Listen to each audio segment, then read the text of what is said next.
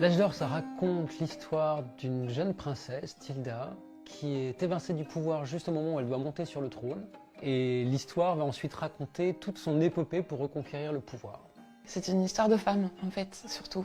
C'était important pour moi que les personnages féminins, ce soient des personnages forts. On est dans un Moyen-Âge de fantaisie. Un Moyen-Âge imaginaire. Un Moyen-Âge de fiction qu'on a inventé, qui ressemble à celui des contes de Perrault ou au Moyen-Âge de Jean et Pierre-Louis, quoi. On a voulu faire un vrai récit d'aventure. Avec des rebondissements, des enjeux d'action. Des courses en avant, des cavalcades. On avait envie d'un récit qui nous prend un peu comme ça, qui nous emporte vraiment.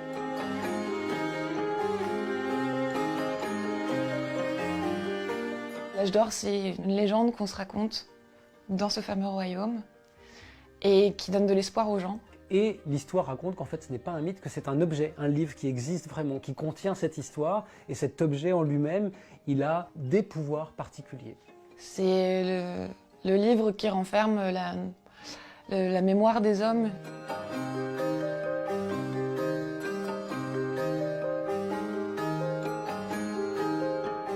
J'avais 2-3 idées de ce qui allait se passer, l'histoire d'un pouvoir perdu, de repartir à la conquête, etc. Et puis ça faisait un moment aussi qu'on parlait ensemble de sujets qui étaient plus politiques, généraux, de l'utopie, de choses comme ça. Au moment où on a commencé à l'écrire, c'était en 2016. On commençait tout juste à rentrer dans cette phase pré-électorale. On avait deux envies, écrire un conte politique, effectivement, et surtout écrire une vraie aventure de bande dessinée qu'on aurait nous-mêmes envie de lire. C'est une épopée. Par principe, une épopée, ça prend de l'espace, quoi. Il faut pouvoir le déployer un petit peu. Et quand tu arrives au moment du dessin, c'est plutôt... Voilà, maintenant, il faut fabriquer cet objet. Cet objet que tu as imaginé, qui est assez précis, il faut le fabriquer, et il se fabrique par petits pas, comme ça. Alors, le fait que là, il y ait 500 pages pour l'ensemble du projet, c'est un peu plus que d'habitude. Il dort peu, du coup. En ce moment, le secret, c'est de faire des nuits de 4 heures. Le secret, c'est de ne pas dormir. J'y pense tout le temps, bien sûr. Je pense en ce moment quasiment tout le temps qu'à ça, en fait. Ce qui est très excitant et enthousiasmant, c'est de faire ça ensemble à deux. Que ça prenne autant de place dans une vie. C'est très riche, ça, quand même, de partager ça, je trouve. Et c'est des moments qui sont extrêmement agréables à vivre. Oui, et le fait d'être à deux, pour le coup, t'en profites vraiment. Ouais, c'est vrai. On a beaucoup ri. C'était une magnifique conclusion. Ouais.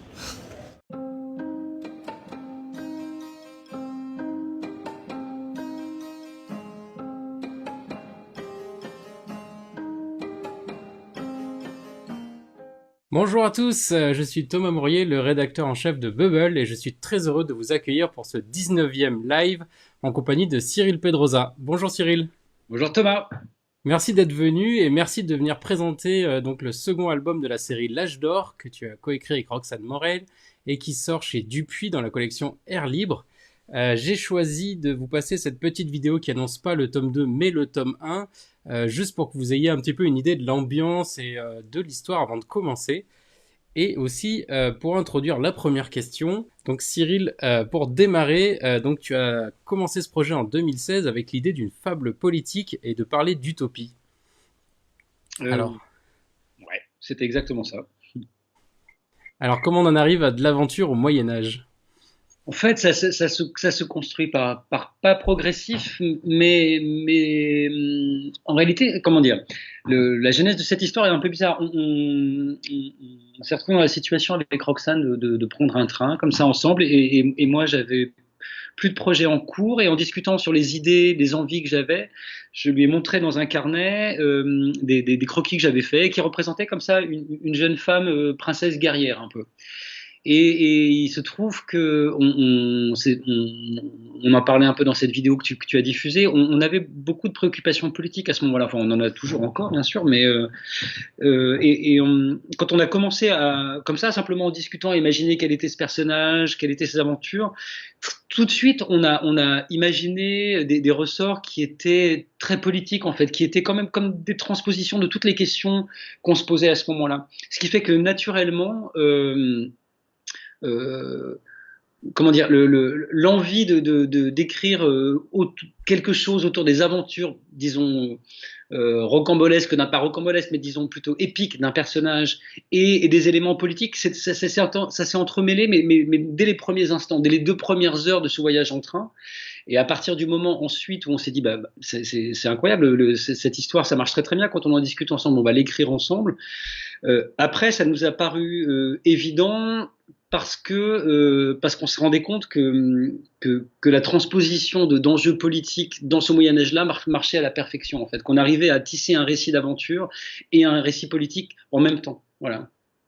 Est-ce que du coup, si le fait de décaler à une période plus ancienne, ça permet aussi d'être pas trop pédagogique ou didactique dans ce qui est transmis? Oui, c'est vrai, ça permet ça. Enfin, l'inquiétude d'ailleurs qu'on avait, enfin, et notre préoccupation, c'était pas tant que ce soit pédagogique ou théorique. Bon, bien sûr que on voulait que ça ne le soit pas, mais le problème, c'était surtout de rendre audible et acceptable pour le lecteur cette idée de dire à voix haute, nous voulons un autre monde, nous voulons espérer un monde meilleur et avoir une parole comme ça d'utopie. Aujourd'hui, c'est quelque chose qui est très difficile à tenir. On est sans arrêt renvoyé aux erreurs du passé pour dire, bah voilà, mais maintenant le monde il est comme ça et d'une certaine manière on peut rien y faire. Et en transposer ça dans le Moyen Âge, c'était une manière comment dire, en décrivant ce monde-là du Moyen Âge où les gens les gens du peuple qui vivent l'oppression, les privilèges, etc., et qui aspirent à autre chose, le lecteur sait bah voilà, qu'ils ont raison d'espérer ça, parce qu'un jour, ce monde féodal va s'écrouler, le lecteur le sait, et ce qui fait que le lecteur peut être en empathie pour les personnages, mais surtout, petit à petit, il peut être amené à se dire, mais finalement, cette sensation qu'ont ces personnages-là d'être enfermés dans un monde qui ne changera jamais, bah peut-être que c'est exactement ce que je vis, moi, aujourd'hui, ce que je ressens.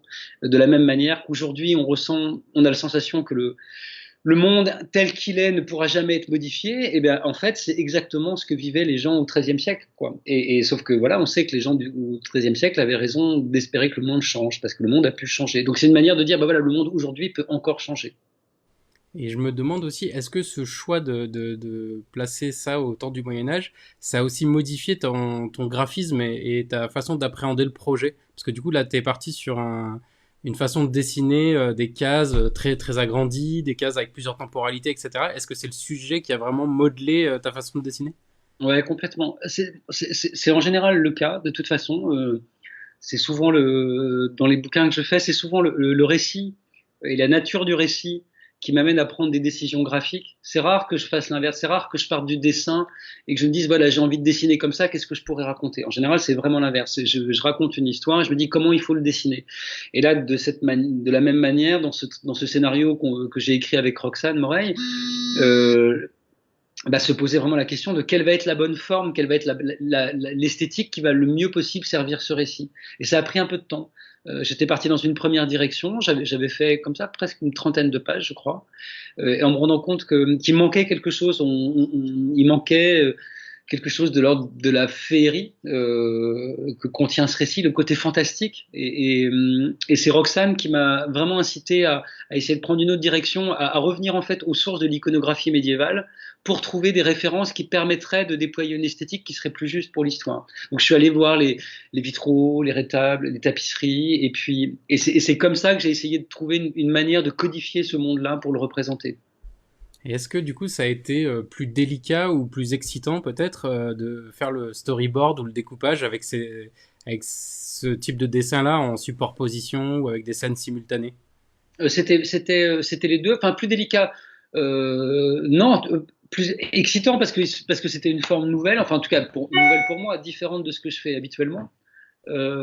Donc c'était excitant parce que j'avais la sensation de trouver des nouvelles choses et ça arrive pas tous les jours quand on travaille comme ça, qu'on trouve des nouvelles formes. Après la difficulté était plutôt dans le fait de tenir pendant si longtemps sur 2 volumes, pendant presque 400 pages, justement, de tenir une ligne graphique et de pas l'épuiser, de pas être dans la répétition.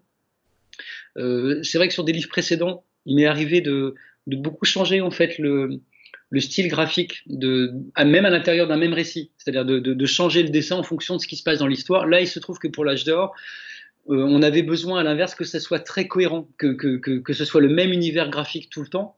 Et c'est pas si simple en fait de dessiner pendant 4-5 ans vraiment de la même manière. Moi, j'avais pas l'habitude de faire. Donc là, il y avait un vrai défi de tenir cette ligne-là. Et ça, comment tu fais? Tu fais des respirations, tu fais du carnet de voyage, tu fais du carnet de croquis, tu fais quoi en fait? Ouais, c'est ça, t'essayes. De temps en temps, tu t'essayes de retrouver des nouvelles sources. Parce que le risque, c'est tu sais, de répéter un motif. Bon, et je sais que par exemple, enfin, la forêt, à la fin, j'en pouvais plus. J'ai pu dessiner les arbres, etc. Et j'ai d'ailleurs sans doute pas fait assez revenir, tu sais, vraiment au motif de base, retourner voir des vrais arbres pour voir comment ils sont, pour essayer de redonner de la vie là-dedans et pas être dans la répétition de choses que j'ai déjà fait dans l'album. Mais après, il y a aussi un besoin de se ressourcer. Mais en fait, c'est vraiment, c'est un cliché de le dire, mais il y a un côté marathon quand tu travailles si longtemps comme ça sur un travail. Donc, tu gères ton temps, tu gères ta course, tu gères tes moments d'épuisement. Alors, parfois, comme tu le dis, en te ressourçant en faisant d'autres choses, parfois en allant voir des choses, simplement le fait de voir des images, des dessins d'autres auteurs ou d'autres artistes, ça rafraîchit en fait ton travail. Mais il faut trouver des stratégies comme ça.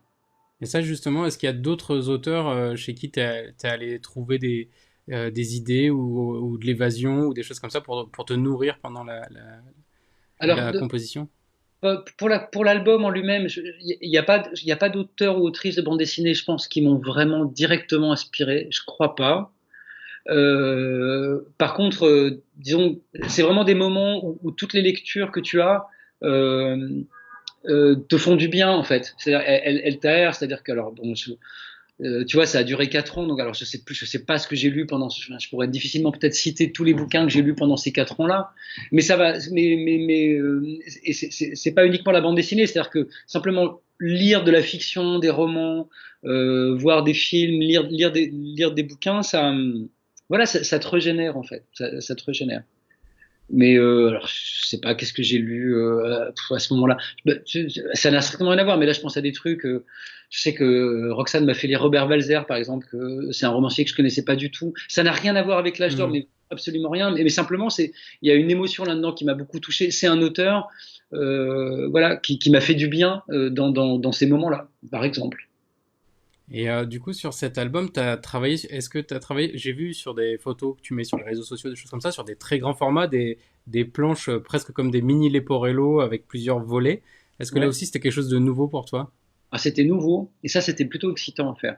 J'aimais bien. En fait, j'avais en tête au départ je pensais qu'on allait essayer de fabriquer le livre de manière même à ce que c'est Leporello qui existe concrètement comme objet, parce que chaque prologue du livre est constitué de 8 planches, tu vois, format A3, qu'on collait bout à bout comme ça. Donc ça fait une image qui fait, je sais pas, presque 2 mètres de long. Et j'avais en tête qu'on intègre, que les premières pages du livre, en fait, soient dans le livre présentées comme un Leporello qu'on déplie comme ça, pour que cette grande image puisse se déployer. Ça n'a pas été possible pour des histoires de coûts et de fabrication un peu laborieuses. Ça voulait dire qu'il fallait imprimer des trucs en Chine. Enfin bref, tout ça était un peu. On n'en avait pas super envie, donc on est resté à cette forme-là. Mais dans le dessin, moi, j'avais jamais eu l'occasion de faire une grande image qui fait 2 mètres de long. Ça peut paraître banal pour plein d'auteurs ou autrices, mais moi, j'avais jamais fait. Et j'avais une vraie excitation de ça. C'était vraiment bon à faire. Ouais. Et est-ce que, du coup, ça a joué aussi sur la temporalité? Parce que dans le livre, je sais pas si c'était une volonté du scénario, mais il y a les 4 saisons qui passent et graphiquement, en fait, on les sent passer plus que dans le scénario. Est-ce que ça a joué aussi, le dessin a influé sur ce côté-là? Je sais pas trop. Enfin, bon, alors, la question de la temporalité, elle est multiple en bande dessinée. Tu sais à quel point. Bon, d'abord, à quel point fondamentalement c'est compliqué de raconter le temps qui passe en bande dessinée. C'est vraiment un sujet pas facile. Oui. Et alors après, disons, ça m'a influencé, mais plutôt effectivement au niveau de la narration. C'est-à-dire que le fait, t'en as parlé un tout petit peu. Enfin, je crois qu'on t'en a parlé un petit peu, mais le fait, par exemple, de déployer dans une même image. De mettre le même personnage à plusieurs endroits d'une même image pour raconter le temps et son déplacement, ça vient effectivement directement de la temporalité qui était décrite dans le scénario. Ça vient aussi clairement de suggestions de Roxane, c'est-à-dire qui m'a incité à dire, à aller là aussi, tu sais, puiser dans l'imagerie médiévale. Ce genre de procédé est assez présent. Et du coup, c'est venu amener une singularité dans la forme du livre, je pense qu'il marche très bien avec le récit. Et puis pour moi, c'était un plaisir de narration parce qu'il y a mine de rien, des petits trucs à inventer pour résoudre les problèmes de sens de lecture, de compréhension de la scène. Et ça permet de créer des images que j'avais jamais créées, en fait. C'est parce que du coup, tu crées, tu racontes les décors et l'espace d'une certaine manière pour que le personnage puisse se déplacer à l'intérieur et que tout marche et que tes pavés de texte soient bien placés. Enfin là, c'est un peu technique, mais ça crée des images qui étaient un peu inhabituelles pour moi et qui étaient assez chouettes à faire. Oui, puis je pense même inhabituel pour les lecteurs, parce que je trouve que c'est une des choses les plus frappantes quand on lit cette série, c'est toutes ces images qui s'imbriquent et c'est assez rare en bande dessinée, mais même aussi au niveau de la couleur. Comment tu as fait aussi, parce qu'on a l'impression qu'il y a des choses qui passent uniquement par la couleur, donc qui n'ont pas été dessinées au préalable. Ouais, en fait, alors tout est dessiné. Les originaux sont dessinés, enfin, c'est vraiment du dessin à la plume ou au pinceau, à l'encre noire, très traditionnel. Mais après, il y a une technique de colorisation qui est particulière, c'est-à-dire que, en fait, les dessins sont numérisés et ensuite, chaque trait noir est transformé en trait de couleur. D'accord. Alors, comment dire, cette technique-là, elle permet d'obtenir ces résultats qui parfois ressemblent un peu à un effet de broderie, c'est-à-dire que ça permet d'avoir des traits lumineux, très clairs sur des fonds très sombres et qui sont assez difficiles à faire en couleur directe. En tout cas, moi, techniquement, je sais pas le faire en couleur directe, c'est trop dur. Je suis pas assez bon pour ça. Mais là, avec l'outil informatique, ça marche très très bien. Mais ça m'a amené aussi du coup à dessiner d'une certaine manière, c'est-à-dire que mes planches originales, parfois, elles sont assez illisibles. Elles sont remplies de beaucoup de traits. Il y a beaucoup de matière, il y a beaucoup de dessins, il y a beaucoup de traits de pinceau, parce que je sais que c'est ces traits de pinceau-là qui vont me permettre de créer de la couleur, en fait. Il y a très peu d'aplats. Il y a quelques aplats sur les personnages et sur les fonds des décors, mais très peu. C'est-à-dire que toutes les compositions chromatiques, les compositions de couleurs à l'intérieur d'une page, elles se font en utilisant les traits qui au départ étaient noirs. Donc c'est un procédé de travail qui est un peu particulier. Et du coup, je reviens aussi donc à l'histoire et aux personnages. Là, je montrais des planches à l'écran où on voit Tilda. C'est un personnage féminin assez fort, et ce qui est assez chouette, je trouve, c'est que vous l'avez fait ambigu. Il n'est Ouais. pas forcément bénéfique, alors que souvent dans les critiques on peut lire ah oui, BD féministe parce qu'il y a un personnage féminin qui prend le pouvoir, etc. Et je trouve que c'est assez une réussite de l'avoir fait avec cette ambiguïté. Comment vous avez bossé les personnages? Est-ce que vous avez fait un background de tous les personnages avant le scénario? Non, pas au préalable. C'est-à-dire que c'est au fur et à mesure qu'on avançait dans le récit que les personnages se sont dessinés. Enfin, il y avait quelques personnages comme ça qu'on avait en tête, mais d'une manière finalement pas si précise que ça quand on a commencé à écrire l'histoire vraiment, ben, vraiment à l'écrire.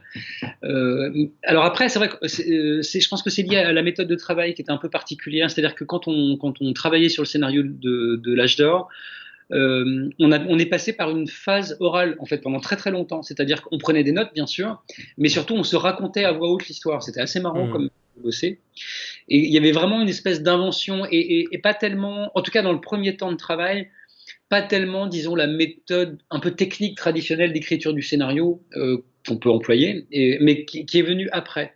Et ce qui fait que les personnages se sont dessinés comme ça en se l'inventant. Et c'est une fois qu'on avait les grandes lignes du récit, qu'on savait à peu près où on allait, c'est là qu'on a commencé à préciser les personnages et à se rendre compte, et à voir aussi où on ne voulait pas qu'ils aillent.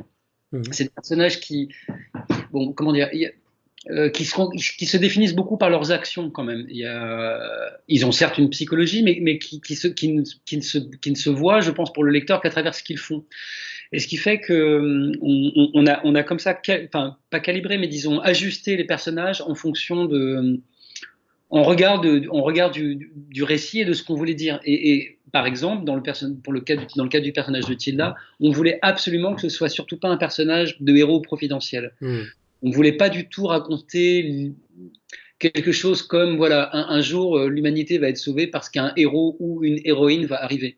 Ce qu'on voulait dire, c'était tout autre chose. On avait au contraire envie de dire non, si le monde peut changer, c'est si collectivement des gens se mettent en mouvement pour ensemble façonner ce nouveau monde-là. Mais pour autant, chacun de ces personnages a sa part à prendre dans cette histoire-là.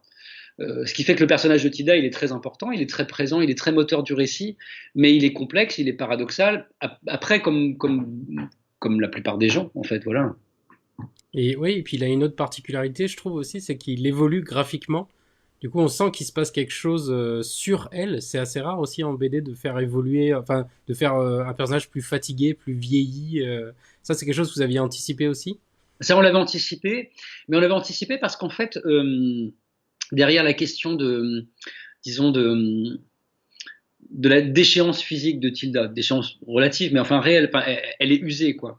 En fait, derrière, il y a l'idée d'essayer d'incarner par le dessin, matériellement, quelque chose qui est un peu plus théorique, qui était l'idée de parler de l'usure et de la corruption du pouvoir. Comment quelqu'un, même, disons, animé des meilleures intentions du monde, peut se trouver par la nature de ce qu'est le pouvoir et surtout par la possibilité de la toute puissance que parfois certains peuvent avoir, en fait perdre complètement le sens de leur engagement. Et c'est le cas de Tilda, c'est-à-dire qu'au bout d'un moment, enivrée de sa toute puissance, elle se perd complètement. Et pour décrire ça, ce mal-là, ce mal de la corruption du pouvoir, on a décidé vraiment de l'acter comme une maladie, comme quelque chose qui l'affectait physiquement. De la même manière que, je sais pas, l'idée de la mémoire du combat passé des hommes est incarnée dans le livre dans l'âge d'or par un livre, par le livre L'âge d'or. Enfin, c'est-à-dire qu'on voulait éviter au maximum qu'il y ait de la théorie et au contraire que tout soit très concret, très, très accessible comme ça. Un ressort du fantastique, enfin vraiment de faire ça. De manière générale, le genre fantastique permet ça, permet d'incarner, tu vois, on le sait quoi, les zombies, les créatures de l'espace, tout ça, c'est des moyens d'incarner des concepts en fait, des concepts intellectuels. Oui, c'est ça, ça permet de refléter des pans de la société ou Sans faire de discours, mais vraiment d'une manière simple comme ça. Et est-ce que justement, entre le tome 1 et le tome 2, est-ce que les événements politiques en France ou tout ce qui se passe, ça a aussi joué sur votre conception du scénario et de la mise en scène? Honnêtement, non. Parce qu'en fait, on a vraiment écrit les deux tomes avant même que je commence à dessiner. En fait, au départ, le scénario a été écrit avec Roxane comme un tout. Ça devait être un seul livre.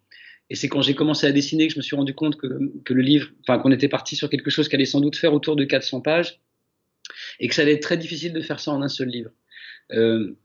Donc on a scindé l'histoire, le récit en deux parties. Ça marchait très bien parce que c'était déjà en deux parties dans le livre, deux parties importantes. Il y avait une césure et une ellipse qui est l'ellipse qui est entre les deux tomes. En fait, elle était déjà à l'écriture en fait. Okay. Mais tout était écrit, installé, posé et d'une manière assez verrouillée. Parce que c'est un livre. On s'en rend pas forcément compte à la lecture, mais il y a plein de choses qui sont imbriquées. C'est-à-dire qu'il y a plein d'éléments du tome 1 qui prennent du sens dans le tome 2 réciproquement, enfin qui est conçu vraiment pour être lu comme un tout. Et c'était quasiment impossible de bouger quoi que ce soit, à moins de tout modifier, enfin ce qui était l'enfer. Donc on l'a pas fait du tout. Après, je pense que les questions qu'on se posait à l'époque, mais qu'on entendait aussi autour de nous, les questions politiques en tout cas, elles étaient, comment dire, les prémices de beaucoup de questions politiques qui se sont développées par la suite. C'est pas parce qu'on est devin, je pense que simplement c'était dans l'air. Et puis ça s'est développé d'une manière spectaculaire dans les années qui ont suivi, à travers le mouvement des Gilets jaunes, plein de mouvements de politique, etc., qui étaient présents en fait, qui ne demandaient qu'à arriver. Voilà. Donc après, c'est un concours de circonstances, mais qui, d'une certaine manière, en tout cas, pas forcément valide notre livre, mais en tout cas valide pour nous l'intérêt de raconter cette histoire. Mmh. Et tout à l'heure, tu parlais aussi de toutes les voix. C'est vrai que dans le deuxième volume aussi, on a des personnages en fait qui étaient au second plan, qui arrivent au premier plan maintenant. Et ça Oui, aussi, c'était prévu? C'était prévu et on y tenait beaucoup. C'est marrant parce que d'ailleurs, je me rappelle très très bien que au moment de l'écriture, on butait à un moment donné vraiment sur un élément assez clé du scénario. Alors je peux pas trop en parler parce que sinon je vais trop dévoiler les choses du récit. Mais je sais que je me rappelle très bien que c'est Roxane qui a eu l'idée de donner beaucoup plus d'importance, par exemple, au personnage de Petit Paul, qui est devenu un personnage en fait déterminant du récit. Ça, c'est venu en cours d'écriture et ça a changé beaucoup de choses. Il y a beaucoup de choses qu'on a modifiées, réécrites à partir de ça. Mais par contre, c'est vrai que voilà, une fois que le scénario était bouclé, tout était posé, c'est-à-dire ces revirements, ces changements de place des personnages, tout était installé lorsque j'ai commencé à dessiner la première page du bouquin.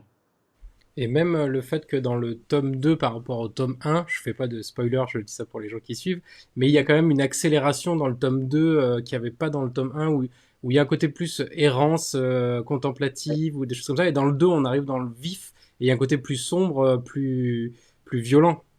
c'est plus violent, plus ramassé. En fait, mais ça, effectivement, c'était à l'écriture dès le début. C'était un choix.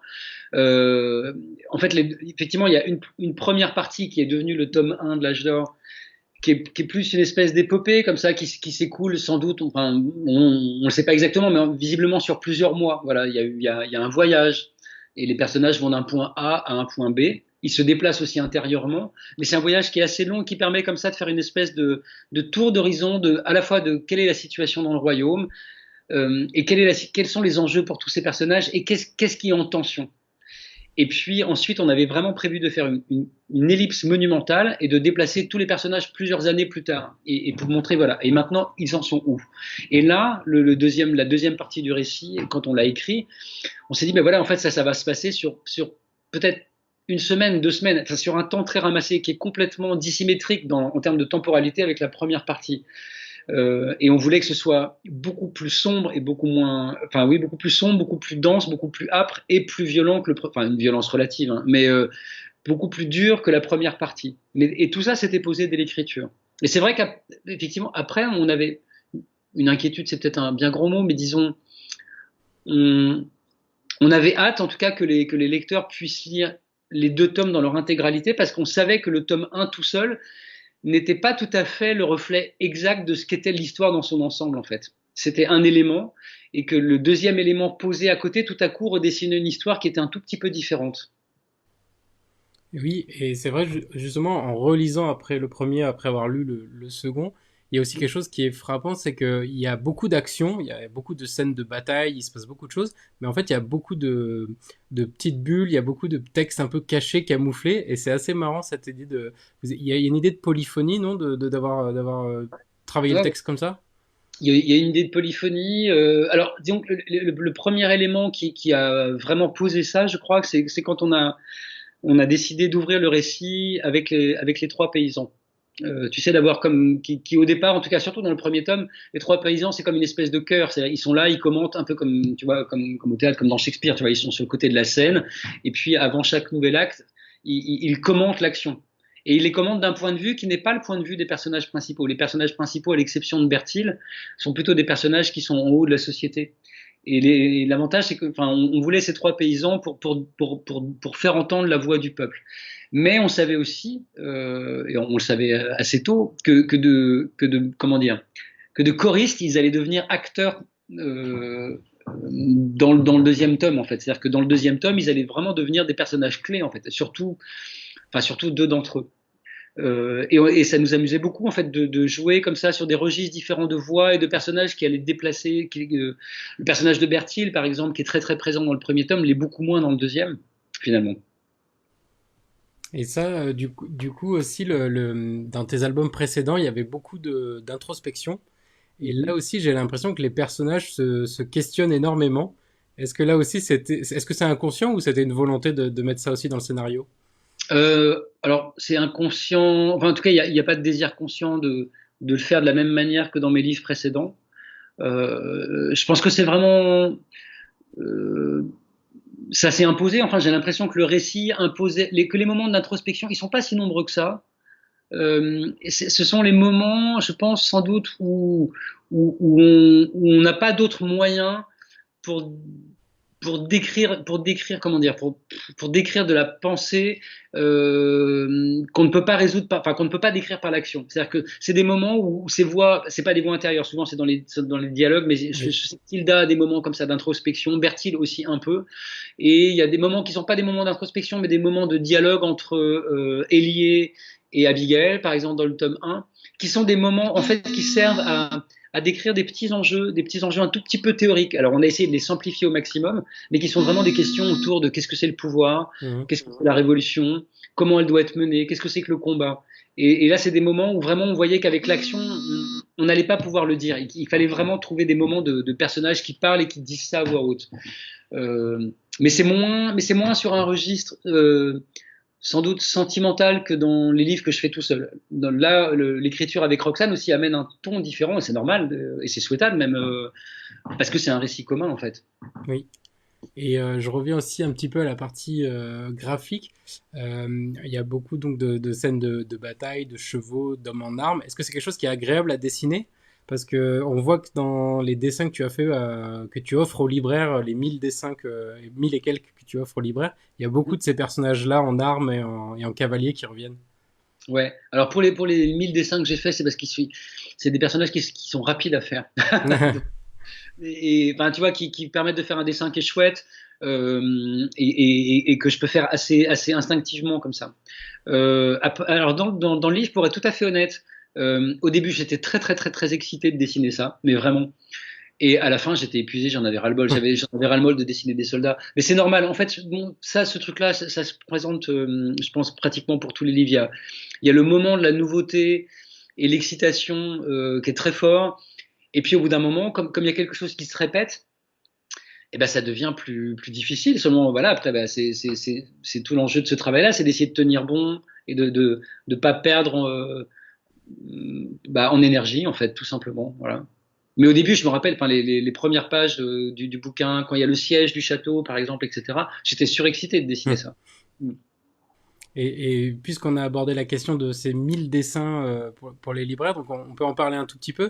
Donc Ouais, c'est à la place des séances de dédicaces qui ont été annulées à cause du confinement, c'est ça? T'as voulu envoyer des dessins à tous les libraires à qui t'avais promis des dédicaces? c'est ça. En fait, c'est-à-dire qu'il y avait une tournée de dédicaces qui était prévue, je sais plus combien, enfin tu vois, peut-être 8 ou 10 librairies, quelque chose comme ça.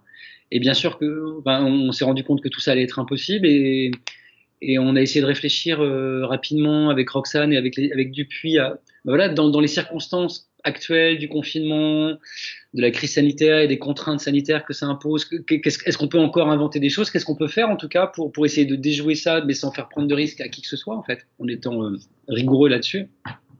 Et en fait, j'ai proposé ça parce que c'est assez simple, c'est-à-dire que voilà, plutôt que de me déplacer comme j'ai l'habitude de le faire pour les dédicaces, rien n'empêchait que je fasse ces dessins-là chez moi, de les faire parvenir ensuite aux libraires, et ensuite que les libraires, par le système de click et collect, puissent les offrir à leurs clients. En fait, c'était simple à mettre en œuvre, il fallait juste prendre le temps nécessaire pour pouvoir l'élaborer.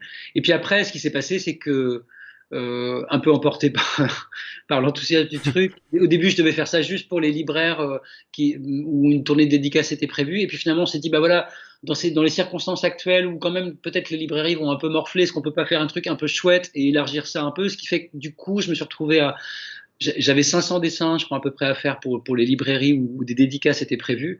Et du coup, j'ai proposé à Dupuis d'en faire un peu 5 ou 600 de plus pour tous les libraires du spécialiste BD, pardon, du réseau Canal BD. Ce qui fait à la fois beaucoup de dessins et en même temps pas beaucoup de dessins pour chaque librairie, mais c'était comme d'essayer de faire un geste un peu chouette et qui était bien parce que je pense que tout le monde était content d'y participer, les libraires étaient contents, les lecteurs qui ont pu avoir les dessins aussi. Enfin, ça permettait de continuer à tisser un lien un peu joyeux, quoi, dans un moment qui n'était pas trop. Oui, c'est ça s'est bien remarqué. Je sais pas si là dans les gens qui nous écoutent, il y en a qui en ont eu, n'hésitez pas à nous dire dans les commentaires. Mais et du coup ça j'imagine que ça prend un temps assez conséquent. Et Ouais. est-ce qu'on parle du temps de travail? Comment ça s'organisait une journée quand tu travaillais sur l'âge d'or? Alors c'est vraiment des journées, mais bon, en général quand je bosse sur mes bouquins, c'est vraiment des journées de bureau. Enfin, c'est vraiment des longues journées de bureau. En général, au début du livre, c'est des journées normales, tu vois. Je me mets à ma planche à dessin à 9 heures du matin et j'arrête raisonnablement vers 18 h, 19 heures. Et puis plus je m'approche de la fin de l'album en général, et plus je suis en retard, et plus les journées deviennent des journées de 14 heures et où je travaille tous les jours.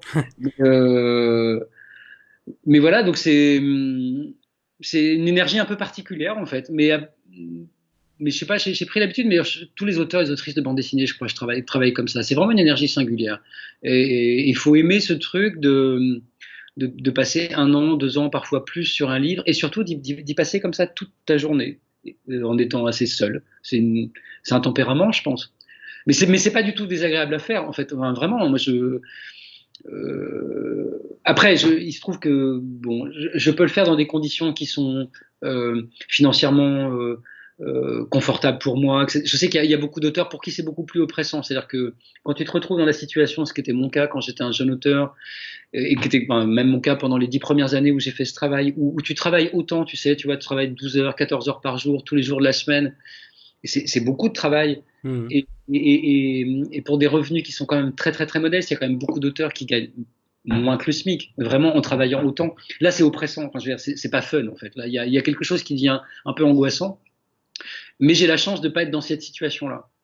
Mais je l'oublie pas. Enfin, je sais que pour beaucoup d'auteurs et d'autrices, c'est ça la réalité de leur travail. Et justement, là, comment tu travailles avec l'éditeur quand tu lui dis, bah, je vais faire un projet de 400 pages qui va s'étaler sur, bah, là, sur 4 ans de travail. Comment ça se passe? Il y a des allers-retours de temps en temps avec lui ou c'est juste en amont qui s'est décidé puis c'est parti? Bon, en général, il y a beaucoup d'échanges au moment de l'écriture. C'était le cas dans mes livres précédents. Donc mon éditeur, c'est José Luboquet, qui s'occupe de la collection Air Libre depuis pas mal d'années maintenant. Enfin, en fait, depuis une dizaine d'années, je crois, au moment où je suis arrivé avec Portugal, je crois que c'était les débuts de son travail au sein d'Air Libre. Et le travail avec José Louis, c'est vraiment un duo très particulier. Enfin, c'est quelqu'un avec qui je suis très heureux de travailler. C'est-à-dire que il m'accompagne vraiment assez loin dans la réflexion sur le projet. C'est quelqu'un qui me fait beaucoup de retours, qui je crois comprend bien ce que j'essaie de faire et qui me pousse beaucoup enfin, systématiquement à essayer d'aller le plus loin possible. Donc il est assez présent dans cette première partie du travail et il était présent au moment de l'écriture de l'Âge d'Or. Et puis une fois que je commence à dessiner, en fait là, en général, j'envoie mes pages au fur et à mesure. J'ai des retours de temps en temps, mais en fait, je dois dire que d'abord j'ai la chance d'avoir un éditeur qui me fait confiance, et puis en général, il y a pas beaucoup. Là, il y a pas beaucoup d'aller-retour à ce moment-là dans le travail éditorial, parce que presque tout est résolu au moment de l'écriture. Mais par contre, au moment de l'écriture, il y a vraiment parfois des discussions assez âpres, enfin assez sérieuses, quoi. Vraiment. Mais c'est de la bonne bagarre, c'est-à-dire que c'est vraiment pour essayer de faire en sorte que l'écriture soit le plus poussée possible. Et ça, c'est un dialogue que tu as du coup depuis les premiers albums, c'est ça? Ou est-ce qu'avec un peu plus de maturité ou plus de succès, c'est différent selon les albums depuis Portugal? Non, en fait, ce qui change, enfin, comment dire, le fait d'avoir eu du succès à partir de Portugal, la seule chose que ça change, c'est que ça me permet d'avoir du temps pour travailler et de le faire dans des conditions financières qui sont vraiment cool. Ce qui est un luxe. Enfin, ça change beaucoup de choses. C'est-à-dire que de savoir que tu peux passer 2 ans, 3 ans sur un livre sans être sous une pression financière pesante et oppressante, ça change ton rapport au travail vraiment. Ça te donne beaucoup de liberté enfin, le fait d'avoir du temps pour réfléchir, pour hésiter, pour recommencer, c'est précieux, c'est vraiment précieux. Ça, c'est quelque chose que le succès d'un livre t'apporte et que tu n'as pas tant que tes livres, quelle que soit leur valeur, en tout cas, rencontrent pas un écho public. C'est difficile. T'es un peu le nez dans le guidon tout le temps. Après, l'échange avec l'éditeur, ça, je crois qu'il il est pas lié au succès, il est lié à la rencontre. C'est quelque chose que j'ai pu apprécier dans le travail avec d'autres éditeurs aussi. Hein. Quand j'ai travaillé avec David Chauvel comme éditeur sur Serum, par exemple, j'avais cette qualité-là de relation. Quand j'ai travaillé avec Lewis Trondheim comme éditeur, quand j'ai fait 3 ans, j'avais cette même qualité. C'est-à-dire des échanges qui, comment dire, tu sais, qui t'aident vraiment à essayer d'aller le plus loin possible dans ce que tu veux faire toi. C'est des éditeurs qui ont un vrai point de vue sur la bande dessinée, une vraie compréhension de ton travail et qui te poussent, qui te posent des questions, mais qui sont pas des questions pratico-pratiques, qui sont vraiment des questions essentielles. C'est est-ce que tu es sûr que c'est ça que tu veux dire à tel endroit?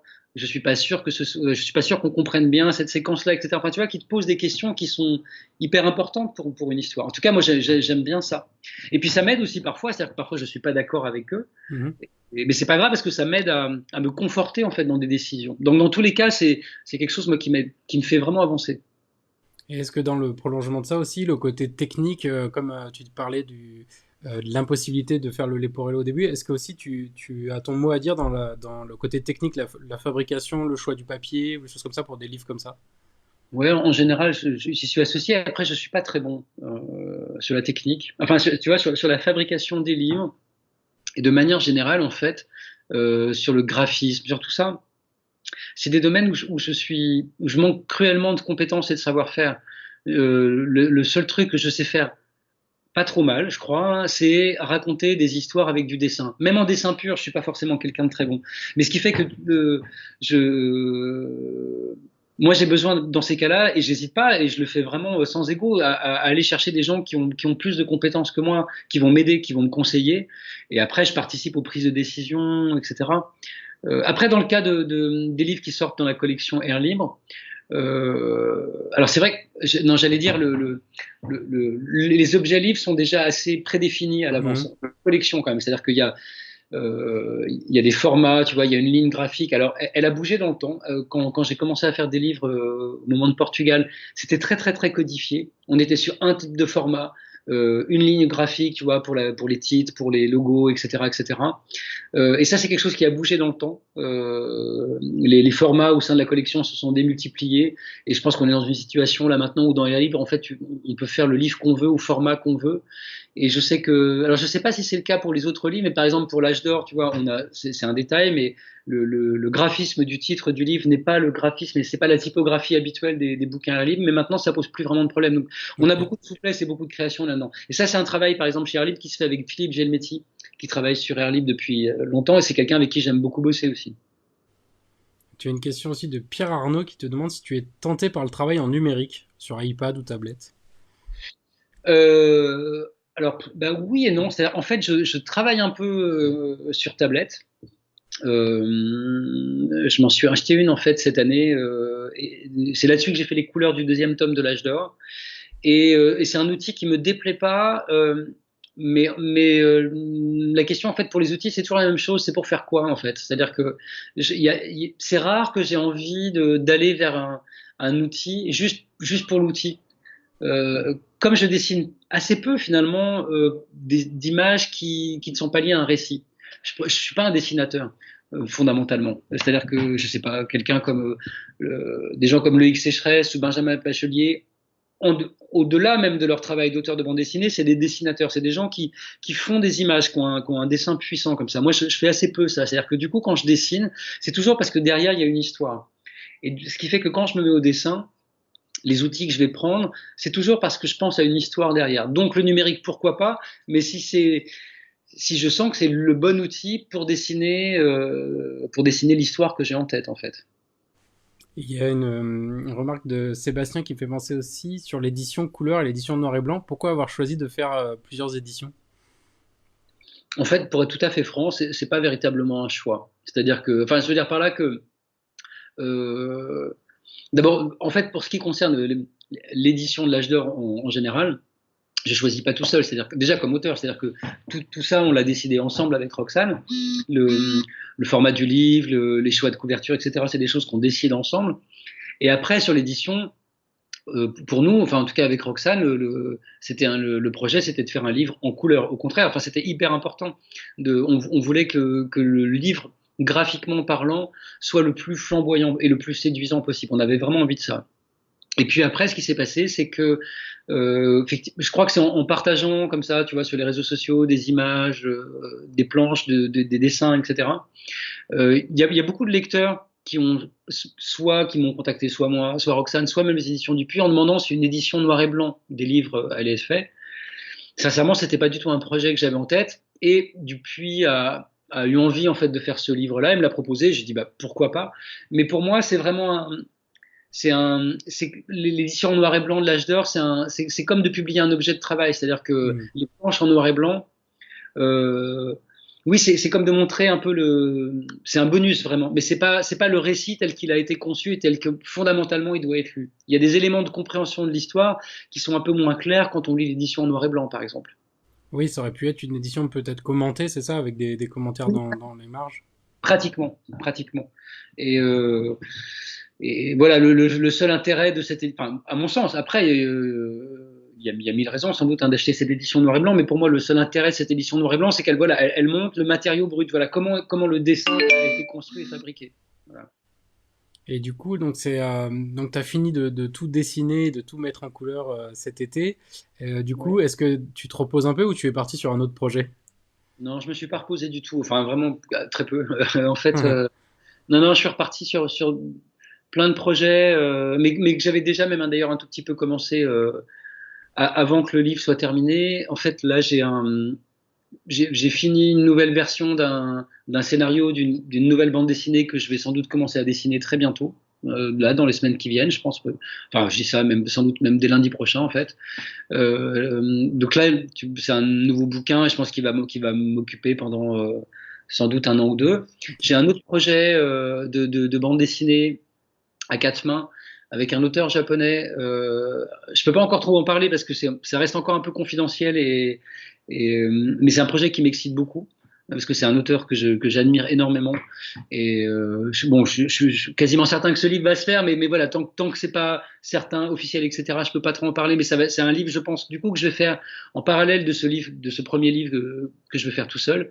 Et puis après, à côté de ça, j'ai plein d'autres projets que j'ai déjà commencé. En fait, j'ai un projet de création de musique et dessin qui va se construire l'année prochaine avec deux artistes que j'aime beaucoup qui s'appellent Len Parrott et Sarah Maison.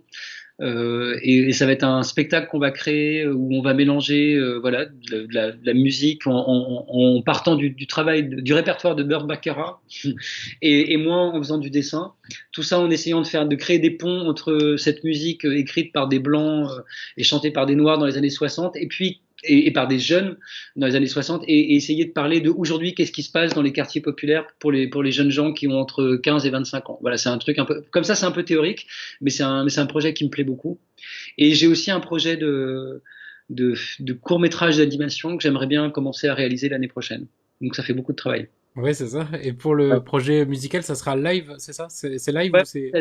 c'est un projet sur scène, quoi. D'accord. Et il y a un autre truc aussi, un autre projet, enfin, qui est même plus un projet maintenant, qui est un bouquin qui va exister, qui a été fait en fait cette année avec mon camarade Loïc Sécheresse. On a pas mal suivi en fait, tous les mouvements sociaux, en fait, depuis les Gilets jaunes jusqu'à récemment, en fait, Black Lives Matter, etc. Et on va sortir un bouquin aux éditions du Sous-sol au mois de mars qui rassemble comme ça 200 pages de croquis de contestation sociale dans les manifs. C'est un bouquin que j'aime beaucoup. Je suis très content que ce livre sorte bientôt. Et ça, il y aura des mises avec des textes en vis-à-vis ou ça sera uniquement du dessin?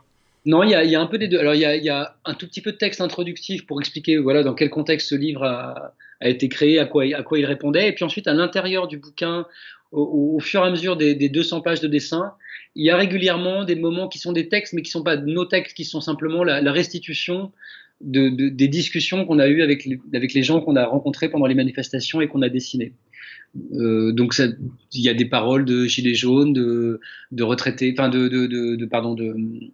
grévistes de la SNCF, de profs, d'universitaires, voilà, de plein de choses. Et du coup, je reviens un tout petit peu en arrière sur les projets dont tu parlais. Celui qui sera à quatre mains sans trop dire ce qu'on peut pas dire.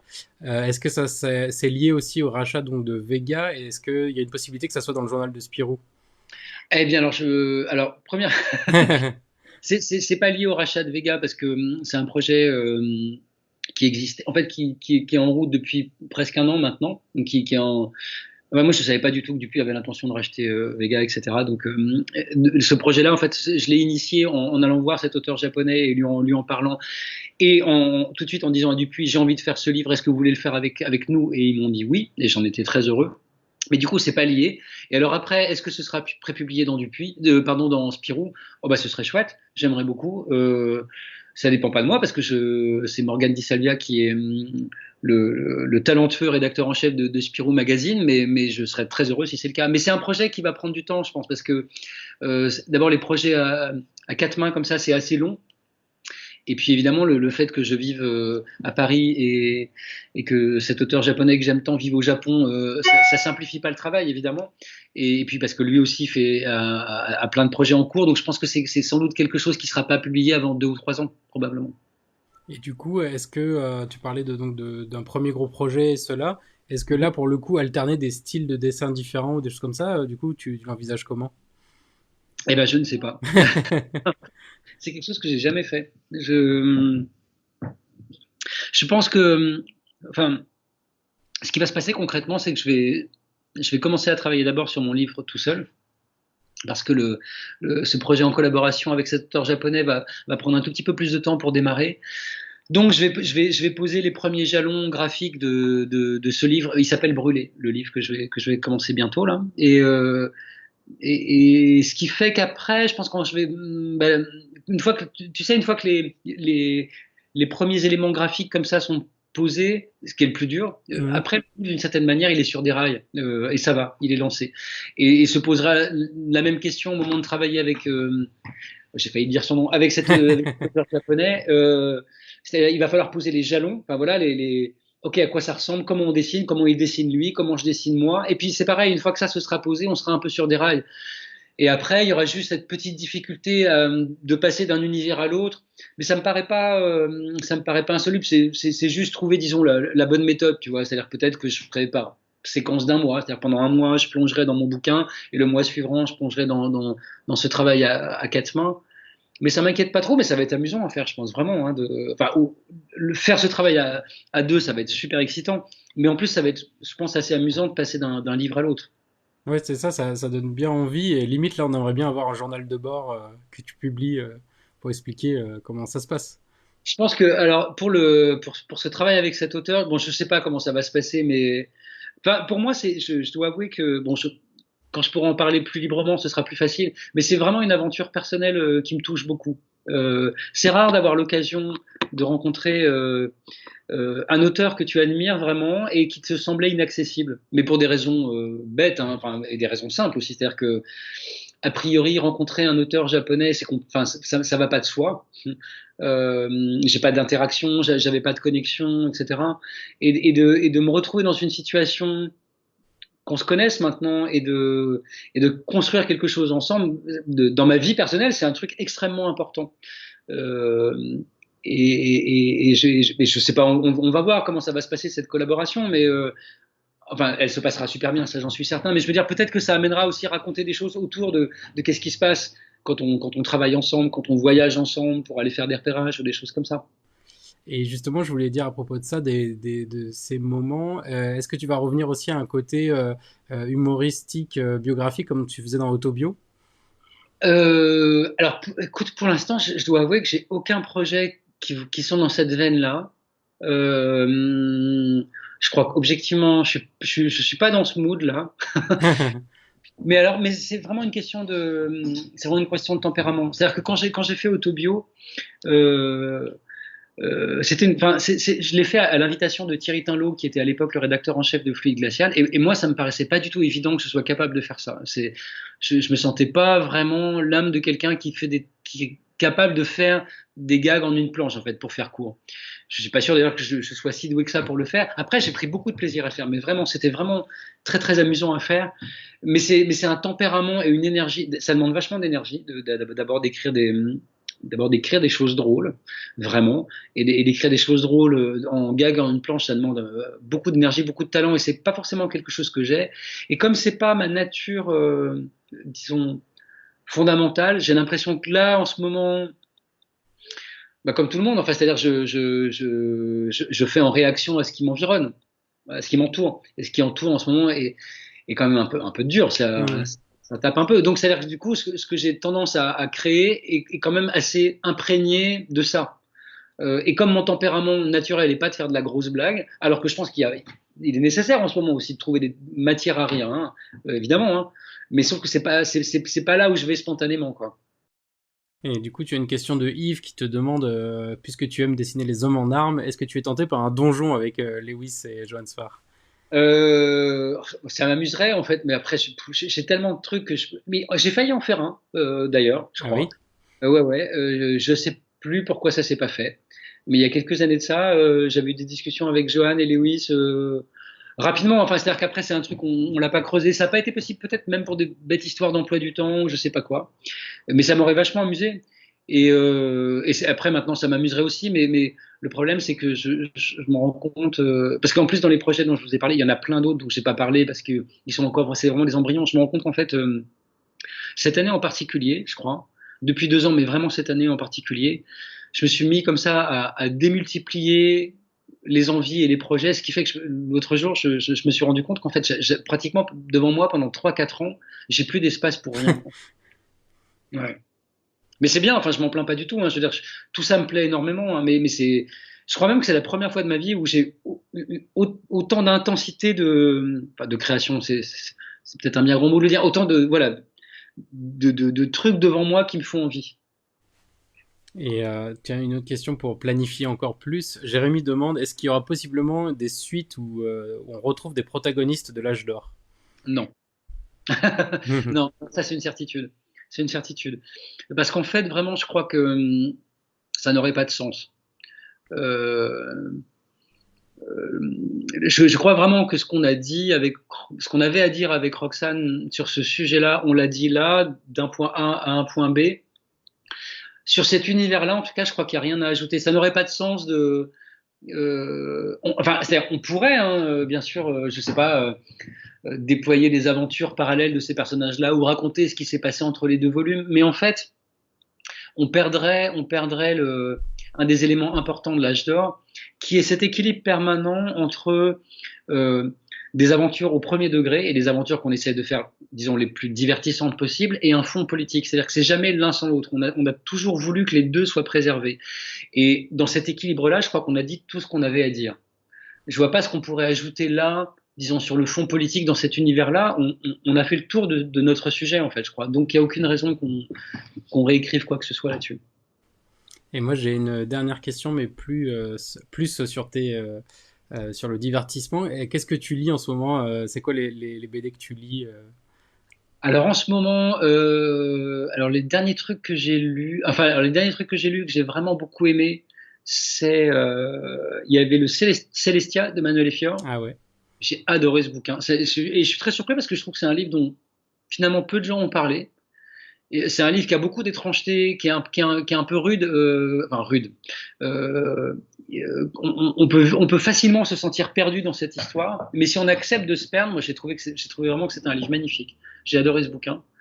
Et puis après, j'ai pas lu des choses très originales parce que je crois que j'ai lu le dernier JP dont j'ai oublié le nom. Quelques moments sous faux applaudissements. Voilà, c'est celui-ci. J'ai vachement aimé l'histoire,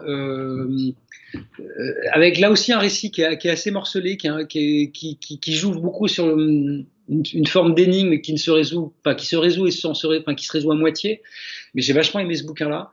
Et en termes de bande dessinée, j'en ai lu d'autres, mais en tout cas, c'est ces deux-là que j'ai le plus aimé là ces derniers temps dans ce que j'ai lu. Bah, merci beaucoup, Cyril. Merci beaucoup d'avoir répondu à toutes les questions des lecteurs et aux miennes. C'était un plaisir.